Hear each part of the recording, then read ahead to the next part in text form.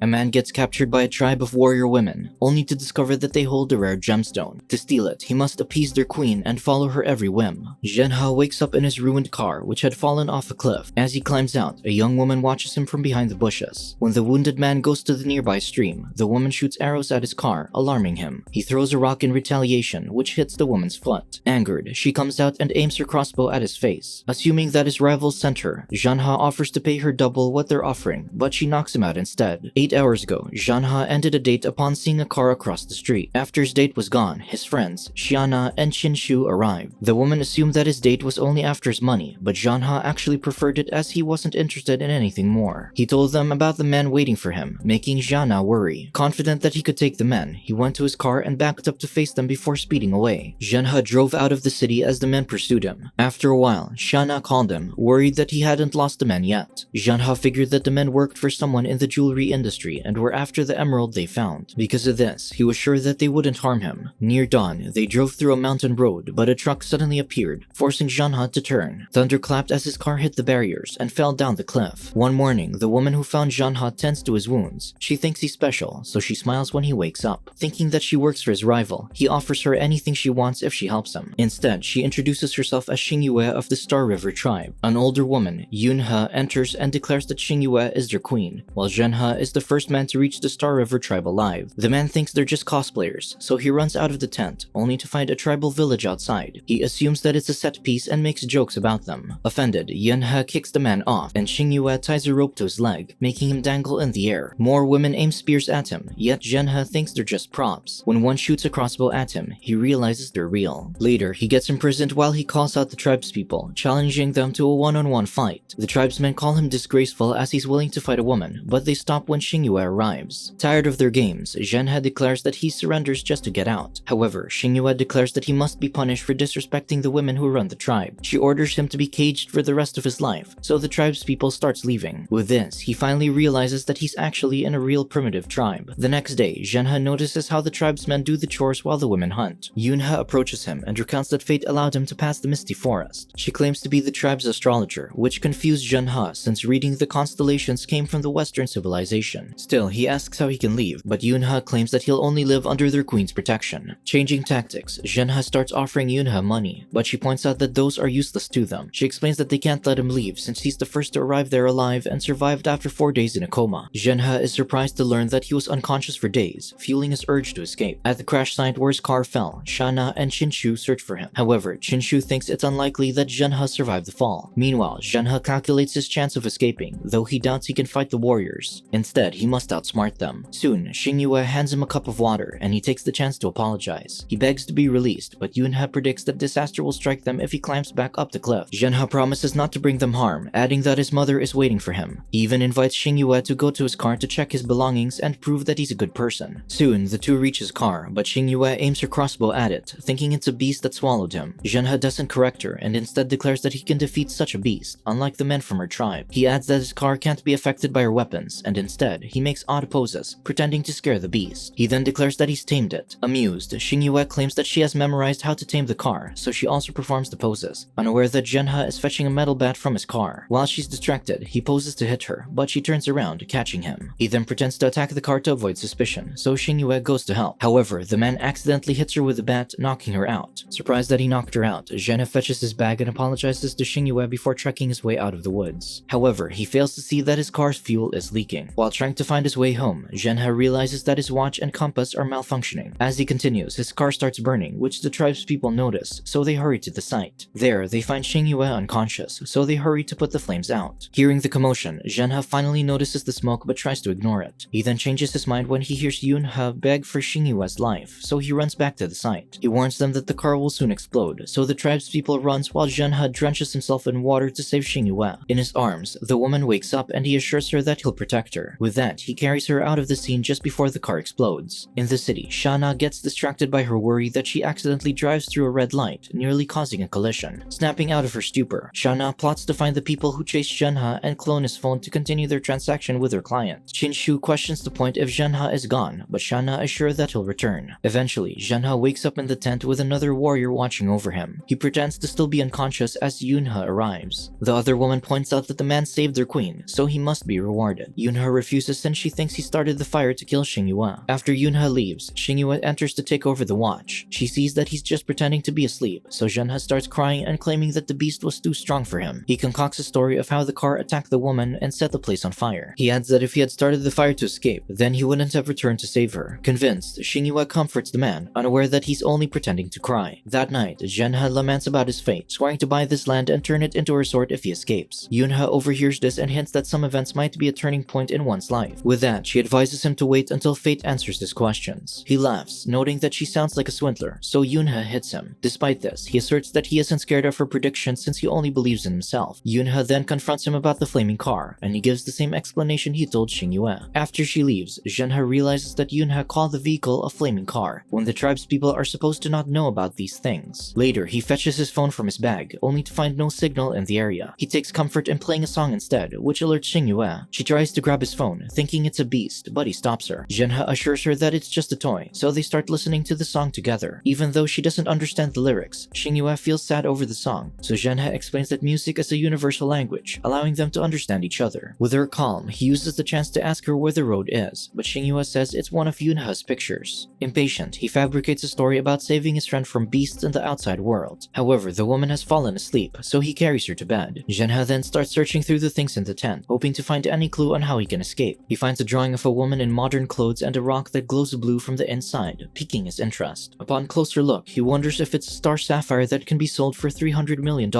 Thinking that he hit the jackpot, Zhen He gets excited. The next morning, he wakes up and immediately checks the sapphire, confirming that it's real. Xingyue sees him with it, so he returns it, claiming that he just found it. He asks the woman how she got the sapphire, so she recounts that her mother left it to her. He wonders if her mother was the woman in the drawing, but Xingyue reveals that the woman is Yunhe. Thinking that the tribe must know where to mine the sapphires, he shows Xingyue his phone camera and takes a selfie with her. When she gets interested, he offers to let her take more photos if she shows him the cave where the sapphires are. She claims that there's no place like that, so he just asks her to take him to the hillside. There, he takes photos of her, though his focus is scanning the area of any caves. Afterward, Zhen He hasn't found the cave, so he offers to stay and do the housework for Xingyue, like cooking. From his bag, he takes a tub of instant noodles and cooks them for her. Zhen He then asks if the others have sapphires like her, but she claims that only she has one, making him realize that the gem isn't native to their land. He also asks where Yunhe's picture of the road is, but the woman doesn't know. While the woman happily eats the noodles, Zhen He shows her his copy of The Little Prince, claiming that it's a gift from his mother, like her gemstone is. He then claims that people from the outside give what's precious to them to someone special, and he has chosen her to give his book. With that, he wonders if she'll give him the sapphire in return. This delights Xingyue, but she worries that his mother would be sad that he'd give away her gift. Zhen He then claims that his mother was a warrior like Xingyue, so meeting her relieved the sadness he felt when his mother left. Despite his sob story, Xingyue is so impressed by the noodles that she'd rather have more of them instead of the book. Later, he reads The Little Prince to her to convince her to trade her gemstones for it. However, she asserts that the stone is hers, so he asks what will get her to give it to him. Immediately, she asks him to be her man. This makes Zhen He nervous. Meanwhile, Shana and Qinshu discover that a jeweler named Dong Yunxi was the one who hired the men to chase Zhen He. This was the same man Zhen He outbid in an emerald mining site. At the tribe, Zhen He worries that if his client finds out that he's missing, his friends will be in trouble. He's lost hope of finding where the sapphire can be mined, so he decides to escape with the one that Xingyue has. Because of this, he considers accepting Xingyue's deal. With that, she takes him to the hillside to watch the stars that night. Zhen He is mesmerized at how the night sky looks from there. With the mood set, Xingyue gets on top of him, but he pushes her off. She gets confused since he agreed to watch the stars with her. Zhen He runs back to the tribe, and as they bicker, another tribeswoman explains that to watch the stars means to conceive a child. Since he rejected the queen, Zhen He is imprisoned again. Later, he asks the other woman why they call conceiving a child watching the stars, so she explains that before, their tribe lived under one house. When they wanted to try for a child, they invite their partner to watch the stars to do it privately outside. When she leaves, Xingyue approaches and asks why he rejected her. He explains that they just had a misunderstanding, but this causes further confusion. Changing tactics, Zhen He then comments that she was just too eager since, in his world, romance is more likely to succeed during the snow. They must also hold a wedding ceremony first, giving Xingyue an idea. The next day, Qinshu uses a drone to search the forest but loses connection with it when it gets a bit far. He then recalls a thunderstorm on the night of Zhen He's accident. This might be why there's a disturbance in the magnetic field in the area. Meanwhile, Xingyue takes Zhen He to the forest to confess her love to him. However, she spills animal blood on him since she misheard his explanation about snow. This pisses him off, so he berates her for only wanting him for his belongings when she hasn't even given him the only thing he wants. As he walks away, his foot gets caught in a trap, but she refuses to help him unless he agrees to be her man. Desperate, he agrees to to this and even promises to watch the stars with her. Despite this, Xingyue has him tied to a rope as she takes him back to the tribe, refusing to let him escape. Just then, Zhen He sees a banner under the leaves, recognizing it as the one they put on Xinshu's drone. Realizing that his friends are searching for him, he looks around, but Xingyue continues dragging him away. Zhen He recalls that he had an agreement with his client Li An to report to her every 7 days and meet her face to face every 15 days. It's already 12 days since he went missing, so he worries that Li An will become suspicious. He notices that his watch works inside the tribe, but doesn't in the forest, so the abnormal magnetic field ends there. Suddenly, Xingyue invites him to go hunting. Thinking that Yunhe will be forced to search for them if they get lost, he accepts, hoping that she'd reveal a map through the forest. As a backup, he also tells Xingyue that he'll be her man starting tomorrow. That night, Li An arrives at Zhen He's house. She questions Shanna about where Zhen He is, knowing that they cloned his phone to report to her. Since their contract has just begun and there's no progress, she's suspicious that Zhen He is fooling her. Shanna claims that he went to the mountains to honor his mother, which he does annually. They can't contact him either, so they don't know when he'll return. Calling their bluff, Li An gives them 48 hours to bring Zhen He to her. Otherwise, their contract will be terminated and they'll be fined $60 million.